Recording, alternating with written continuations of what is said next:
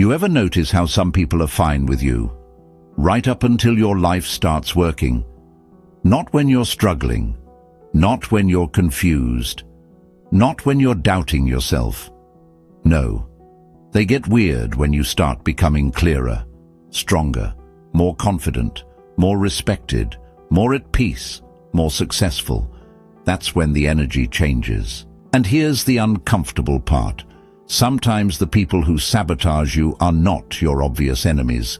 They're the ones who smiled, the ones who said they were happy for you, the ones who clapped first, but somehow still found little ways to slow you down, discredit you, discourage you, or make your success feel heavier than it should. And if you've ever felt that, let me ask you this early, because I know this topic brings up very specific people. Who acted the strangest when you started doing better? Old friends, co-workers, family, or someone who claimed to support you? And what changed first? Their tone, their energy, their jokes, or their distance? That question alone probably brought a face to mind, because this happens a lot. And most people don't really understand why. They think they must just be jealous. And yes, sometimes they are. But that's only the surface. Here's the curiosity loop I want to drop right away, because this changes how you see the whole thing. A lot of insecure people do not sabotage your success because they hate your success. They sabotage it because your success forces them to meet a part of themselves they've been avoiding for years.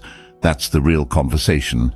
Because success is never just success in the eyes of an insecure person. It becomes a mirror, a threat, a comparison, a reminder, a wound. And Carl Jung would have a lot to say about that.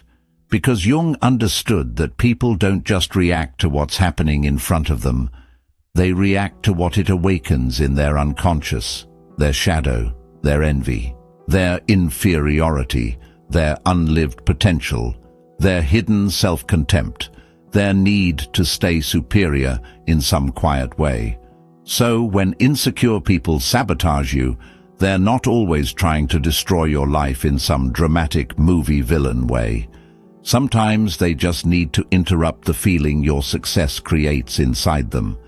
That's why the sabotage is often subtle, a weird comment, a delayed response, a fake concern, a little doubt planted at the right time, support that suddenly feels thin, energy that says, I liked you better before this. So let's go straight into it. Here are 7 real reasons insecure people sabotage you when you succeed, and why Jung's idea of the shadow explains almost all of it. 1. Your success destroys the version of reality that made them feel safe. This is one of the deepest reasons. A lot of insecure people build quiet emotional comfort around where they believe they stand compared to others. Not always consciously, but internally, constantly. Who's ahead? Who's behind? Who's more attractive? Who's more lost? Who's more respected? Who still needs help? Who is still figuring it out? That structure helps them feel stable. Then you succeed, and suddenly the structure shakes. Now you're not the same person they had sorted into a safe category. Now the friend they used to feel ahead of is rising. Now the sibling they quietly underestimated is becoming admired. Now the coworker they thought was harmless is getting attention. Now the person they mentally placed below them is no longer staying there. That creates discomfort fast. And here's the wait, what moment. A lot of people don't need to hate you to sabotage you. They only need to feel less safe in the world you just changed for them. That's it. Because your success doesn't just improve your life, it rearranges the emotional map they were using to feel okay about theirs. Jung would probably say the ego is very attached to psychic order, especially order that flatters it.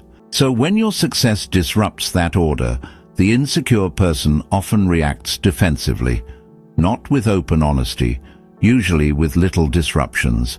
They become less supportive, less open, less warm, more critical, more weirdly neutral at moments where joy should have been easy. Why? Because your success did not just give you something. It took something from them, the illusion that the old emotional hierarchy would stay the same. And some people will sabotage you not because they want your exact life, but because they miss the version of reality where they didn't feel so challenged by yours. 2. Your success awakens their unlived life. This is where the Jung angle gets really rich. Sometimes what your success awakens in people is not just jealousy, it's grief. The grief of the unlived life, the career they never pursued, the healing they postponed, the discipline they kept promising themselves, the version of themselves they abandoned because fear felt safer, the gift they buried, the truth they never had the courage to live. Now they see you doing something with your life, owning your voice, taking your space, actually following through, and part of them doesn't just feel envy, part of them feels haunted, because your success becomes evidence. Evidence that change was possible, that growth was possible, that they might have had more in them than the excuses they learned to live inside. That's a hard feeling. And not everybody knows how to carry that feeling with maturity. Some people are inspired by it, but insecure people, they often become irritated, dismissive, or quietly sabotaging, because it's easier to disturb your momentum than to face their own regret. Jung wrote often about the unlived self, the part of a person that remains buried when they choose adaptation over authenticity, safety over transformation. That buried self does not disappear. It aches. And when your life touches that ache, you may get resistance that seems almost disproportionate. That's because it isn't about the thing you achieved. It's about what your achievement says to the part of them they betrayed. That's why some sabotage feels so weirdly personal, even when you didn't make it personal. Your success accidentally became a question they did not want to answer. And some people answer questions like that by attacking the person who raised them, even if the question was never spoken out loud. 3. Insecure people often preferred your potential over your actual power. This one hurts because it feels so backwards. A lot of people love your potential. They love the idea of you becoming something. They support the dream version. They cheer while it still feels distant, abstract, harmless. Go for it. You're amazing. You deserve it. You're going to do big things. Everybody loves that version. Why? Because potential is safe. Potential doesn't change the room yet. Potential doesn't shift power yet. Potential doesn't force people to feel anything too strongly yet, but actual power, actual success, actual confidence, actual visibility, that's different. That affects the social field. Now you are no longer just talking, you are becoming. Now it's not just a cute dream. Now you are actually moving, actually growing, actually being seen. That's when certain people change. And here's the twist. Some people were never threatened by your dream. They were threatened by what would happen if the dream became real. That's why the support dries up once the evidence shows up. Jung would say that people are often more comfortable with symbols than with embodiment. They can praise what you might become because it remains psychologically manageable. But when you embody it, their own insecurity has to adjust to a new reality, and some won't. That's when you get sabotage disguised as advice. Are you sure? Don't move too fast. Stay humble. Be realistic. I'm just worried about you. Translation: I was okay with the idea of your rise. I'm less okay with the fact that it's happening in front of me. That's not support. That's nervousness in nice clothes. And once you see it, you can't unsee it. 4. They sabotage you because your success removes the role they had in your life. This one is huge. Sometimes insecure people sabotage you because your success changes the role they got to play around you. Maybe they were the wiser one, the more stable one, the helper, the one who gave the advice, the one you used to look up to, the one who felt strong because you were still uncertain. Then you grow. Now you don't need the same guidance, don't need the same reassurance, don't depend on them in the same way, don't ask for the same permission, and suddenly they feel displaced. Not just emotionally, psychologically. Because the relationship used to feed an identity in them, they got to be something in your life that made them feel important. Now your success quietly takes that role away. And they don't always know how to stay loving when their role starts dying. Jung would likely say that relationships often organize around unconscious identities. The rescuer, the teacher, the strong one, the needed one, the superior one. When success changes your position, it changes their identity around you too. And that can create sabotage. Not always dramatic sabotage. Sometimes just enough to keep you from fully stepping into who you're becoming. A little discouragement, a little dismissal, a little emotional withdrawal, a little "you've changed." Because if you fully grow, they may have to fully let go of the role they were using you to maintain. And some people would rather slow your growth than grieve the version of themselves they got to be around the old you. That sounds harsh, but it's real. 5. They don't know how to process admiration without turning it into envy. This one is so common. A lot of people admire others in a very unstable way. At first, they're fascinated, inspired, pulled toward you. They notice your mind, your discipline, your peace, your glow-up, your work ethic, your resilience. But because they don't have a healthy relationship with their own worth, admiration doesn't stay clean for long. It turns into comparison, into tension, into envy, into "why not me?" into "who do they think they are?" into weird little attempts to poke holes in you.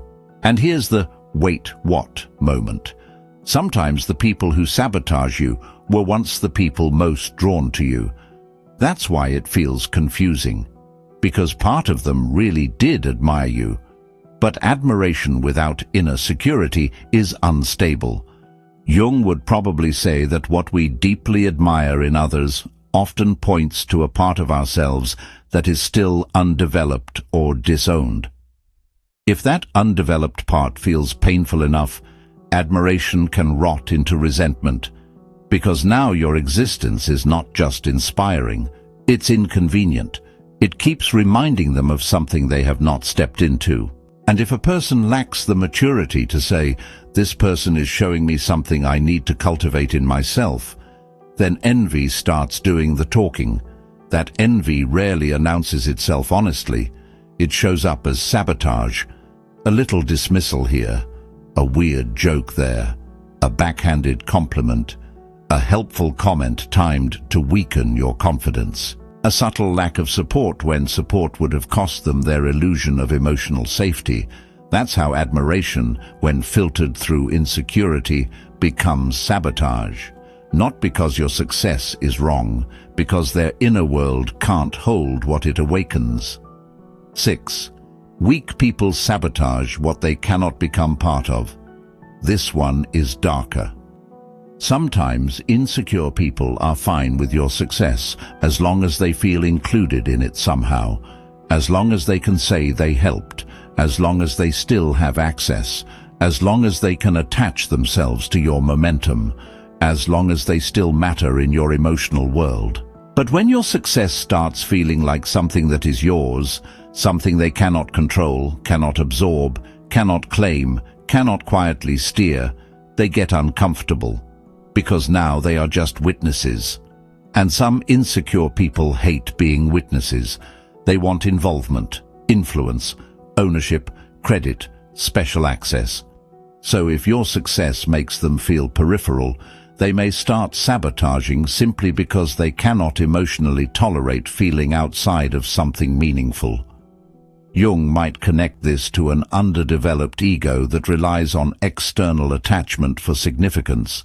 If they cannot stand strong in themselves, they often need to borrow importance from what or who is rising around them. And when they can't borrow it, they may try to interrupt it. This is why sometimes sabotage begins exactly when you become more independent, more self-trusting, more self-directed, less emotionally dependent on their approval. Now your success is not ours, it's yours, and insecure people who needed to feel embedded in your becoming can react badly to that. Suddenly they're less enthusiastic, less present, more nitpicky, more skeptical, because they're not just grieving distance. They're grieving lost significance. And instead of dealing with that honestly, they try to create friction. Because friction is still a form of connection, just a toxic one. 7. At the deepest level, your success forces them to face their shadow. This is the deepest reason of all. Carl Jung's whole shadow idea matters here. The shadow is not just the bad part of a person. It's everything they refuse to fully see in themselves. Their envy, their cowardice, their dependency, their hunger for validation, their resentment, their secret desire to be seen, their quiet wish to matter more, their anger at their own inaction. Most people can keep the shadow hidden as long as life stays psychologically comfortable, but your success can drag that shadow right to the surface. Now they feel the envy they said they didn't have, the inadequacy they covered with confidence, the smallness they hid behind humor, the bitterness they disguised as realism, the self-betrayal they buried under busyness. That's why sabotage often feels out of proportion to the situation, because it is not just a reaction to your success. It is a reaction to the entire internal storm your success woke up in them. And if they are unconscious, they will not say, "I need to deal with my shadow." They will say, "You're too much. You changed. You got lucky. You think you're better. You need to stay grounded. I'm just being honest." Jung would likely smile at that, because he understood how beautifully the psyche can disguise what it does not want to confess. Sabotage is often shadow behavior pretending to be commentary. That's the real twist. Some people don't sabotage you because they consciously want your life to fail. They sabotage you because your rise threatens the fragile arrangement they built to avoid themselves. And once that arrangement starts cracking, you become the easiest target. Not because you are guilty, because you are visible. And visible people always collect projection from those who cannot hold their own darkness with honesty. So what do you do with this? This part matters, because the point is not to become paranoid, not to assume everyone is secretly against you, not to turn every awkward moment into a psychological war. The point is clarity, to understand that when people sabotage you, it is often not about your worth. It is about their unresolved relationship with worth, yours and theirs. And once you really understand that, a few things change. You stop over-explaining your growth. You stop begging for support from people whose nervous system cannot handle your rise. You stop confusing sabotage with honest feedback. You stop shrinking to make your success easier for insecure people to digest. That does not mean becoming arrogant. It means becoming discerning. Jung wouldn't want you to inflate yourself because others react badly. He would want you to become conscious of what is really happening. Because once you are conscious, you stop handing your peace to people who are fighting battles they refuse to name. And that is where freedom starts. So why do insecure people sabotage you when you succeed? Because your success changes the reality that made them feel safe, because it awakens the grief of their unlived life, because they preferred your potential over your power, because it removes the role they played in your life, because they don't know how to hold admiration without sliding into envy, because they can't tolerate being outside of your momentum, and because at the deepest level, your success forces them to face their shadow. That's the truth. Not always comfortable, but clear. And if you're dealing with this right now, people acting strange, support getting thinner, weird comments appearing right when your life starts opening up, don't rush to make yourself smaller just to restore their comfort. Sometimes the discomfort is the evidence that your growth is real, that the old dynamics are breaking, that your life is no longer available for everybody's quiet emotional convenience. And before I leave you, I want to ask that question one more time, because I think this will spark exactly the kind of comment section this topic deserves. Who acted the strangest when you started succeeding? And what was the first sign?